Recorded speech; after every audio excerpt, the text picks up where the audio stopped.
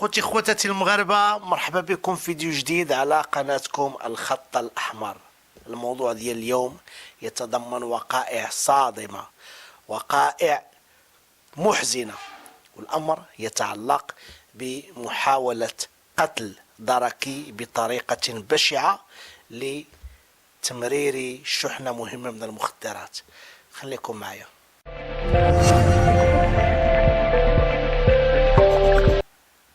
تعود تفاصيل هذه الواقعة إلى يوم 28 يناير من سنة 2022. طبعا تنتحدث على هذا الموضوع الآن بعد ما ترفعت سرية البحث في هذا الموضوع هذا، وبعد ما السيد قاضي التحقيق لدى محكمة الاستئناف بتطوان قام بإنهاء البحث وإحالته على أنظار غرفة الجنايات الابتدائية بمحكمة الاستئناف تطوان. القضية وهو أنها كما قلت أنها تبتدئ يوم 28 يناير 2022 حين توصلت كوكبة الدراجات النارية التابعة لمركز درك المراكب بالرد بإخبارية مفادها أن بعض المشبوهين سيعملون على تهريب أو نقل واحد الكمية هامة كبيرة من المخدرات من منطقة إلى أخرى. حينها قام رئيس الكوكبة المساعد الأول باختار مسؤوليه بهذا الموضوع هذا أو بهذه المعلومة، فتم تهيئ لوضع كمين اللي هو سد قضائي متحرك على مستوى الطريق الذي ستمر منه هذه الشحنة المشبوهة. وكنعرفوا على أن هذه العملية كتتطلب واحد المجموعة من الترتيبات والإعدادات، خصوصا وأن الطرف الآخر الذي سنتعامل معه وهو مهرب للمخدرات، وكنعرفوا على أن المهربين للمخدرات ما كتكونش في قلبهم لا رحمة ولا شفقة، بمعنى أنهم كيكونوا خطيرين بواحد الشكل كبير جدا. تم نصب الكمين على الساعة 4 صباحا، يعني قبيل الفجر تقريبا. فتمركزت عناصر الدرك الملكي وبالضبط كوكبة الدراجات النارية اللي تكلمنا عليها بعدما أعادوا العدة وبعد ما أخذوا كافة الوسائل اللوجستيكية التي تتطلبها هذه المهمة النوعية الهادفة من الجيليات اللي كنسميوهم يعني سترات مضادة أو عاكسة للضوء، حتى المستعملين ديال الطريق يمكن لهم يلمحوا الدركيين ويخففوا من السرعة ويتوقفوا إذا طلب منهم ذلك. أيضا مصابيح يدوية إلى آخره من التجهيزات التي توفرها القيادة العليا للدرك الملكي من أجل القيام بهذه المهمة ولتأمين حركة المرور، حركة السير والجولان عبر الطرق الوطنية. ماذا وقع سيداتي سادتي خوتاتي المغاربة العزاز؟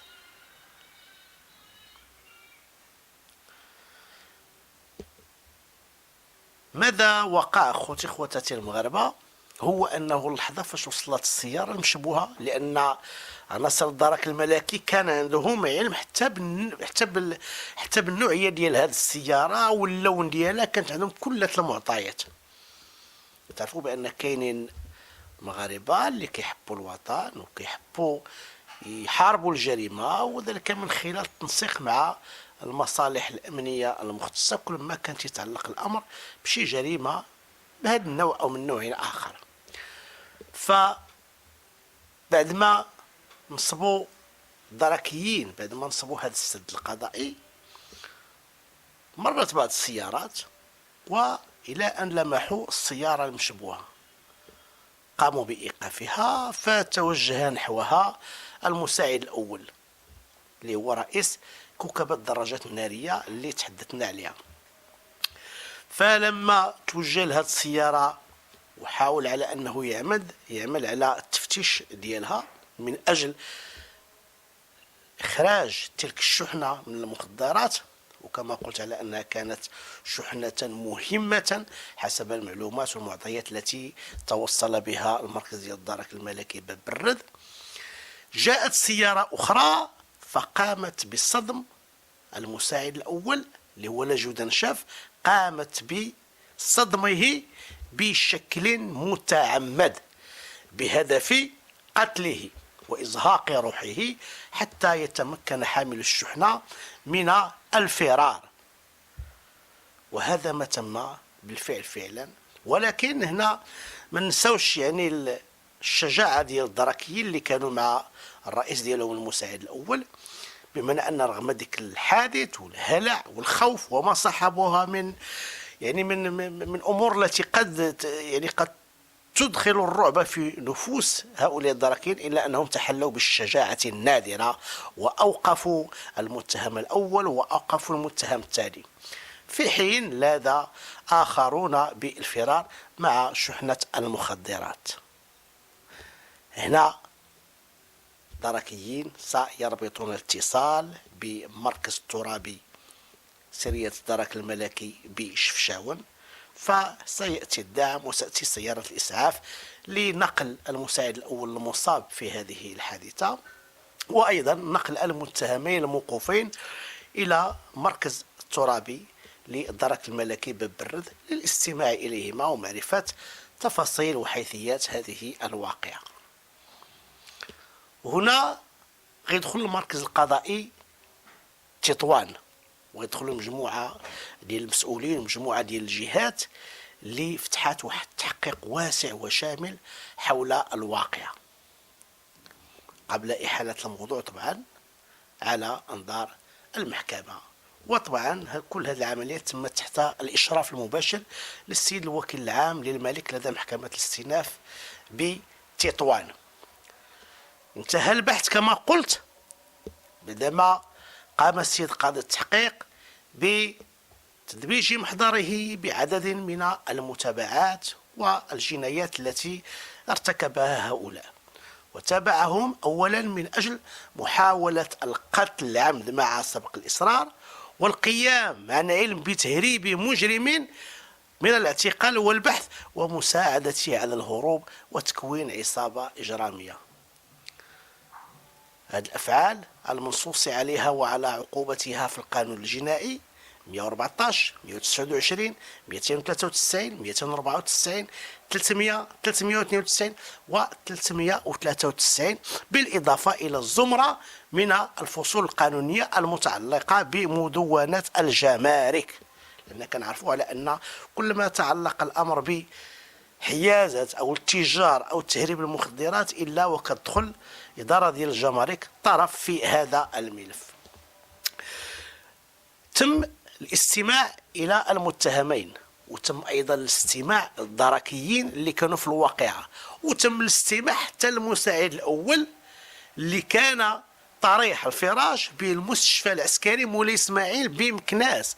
كان في وضعية خطيرة جدا لأنه أجرى العديد من العمليات الجراحية المستعجلة، أصيب على مستوى رجليه ومجموعة من الأطراف.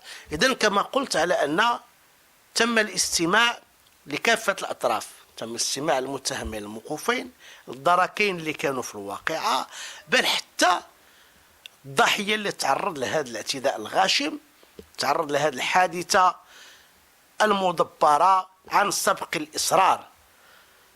تصنتوا له رغم أن الوضعية الصحية ديالو كانت لا تسمح، لأنه كان طريح الفراش بالمستشفى العسكري مولاي إسماعيل بمكناس بعد ما خضع لمجموعة ديال العمليات الجراحية الثقيلة طبعا والصعبة، فتم نقله على فراش طبي عبر سيارة الإسعاف إلى تطوان للاستماع إليه، فأدلى بما لديه من معلومات ومعطيات وما شاهده من وقائع.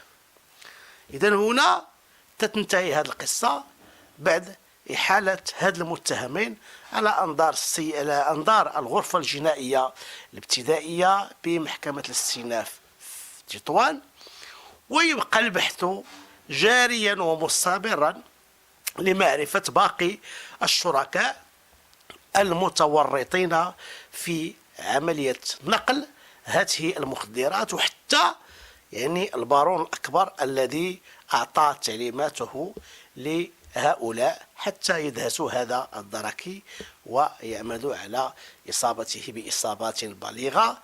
الهدف منها طبعا هو تحييده عن المكان من أجل تسهيل مرور هذه الشحنة من المخدرات. الواقعة طبعا تسببت يعني في واحد الجرح عميق لدى أسرة الضحية اللي هو المساعد الأول رئيس كوكب الدراجات النارية التابعة لمركز الترابي للدرك الملكي ببرد. سبب لهم واحد الحزن كبير للأسرة الصغيرة ديالو ولا حتى الأسرة الكبيرة اللي هي الزملاء ديالو الدركيين وكل من يعني عمل معاه في المغرب في مختلف مناطق المغرب. ولكن هنا الرسالة اللي بغينا نوصلو ماشي هاد المشاهد اللي هي صادمة والوقائع اللي هي في حقيقة محزنة، ولكن بغينا نبينو من خلال هذا الفيديو يعني الأدوار التي يعني الأدوار اللي كيقوموا بها رجال الدرك الملكي وحتى رجال الامن الوطني كل من هم يعني مكفول لهم بانفاذ القانون. فكنعرفوا على ان كيشتغلوا في واحد الظروف اللي هي صعبه جدا اللي ممكن انها تعرض الحياه ديالهم لا قدر الله للخطر. تحيه للجميع وما تبخلوش علينا باللايك بالتعليق باش نطوروا هذا المحتوى وباش نزيدوا به لقدام. واي موضوع كتشوفوه يعني جدير بالنقاش والاهتمام فقناة الخط الأحمر رهن إشارتكم. تبارك الله عليكم.